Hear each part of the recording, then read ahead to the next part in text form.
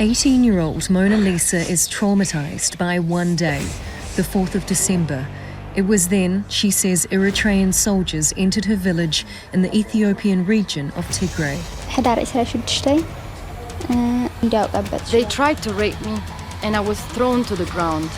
Then one of the soldiers fired bullets to scare me. But they hit my hand and then fired another bullet that went through my arm. I was bleeding for hours.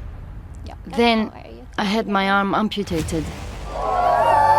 Al Jazeera has gained rare access to Tigray and heard from witnesses who say they suffered abuses that could amount to war crimes, but at the hands of Eritrean, not Ethiopian soldiers. Some girls and I managed to leave the village, but on the road we were caught by Eritrean soldiers. More than 10 soldiers took turns raping us. አንዳንድ ሰዎች በኢትዮጵያና በኤርትራ መካከል ችግር የተፈጠረው የኢትዮጵያ መንግስት የቀይ ባህር ጥያቄ ስላነሳ ነው ብለው ይላሉ፣ ያስባሉ፣ ይተነትናሉ። ግን አይደለም።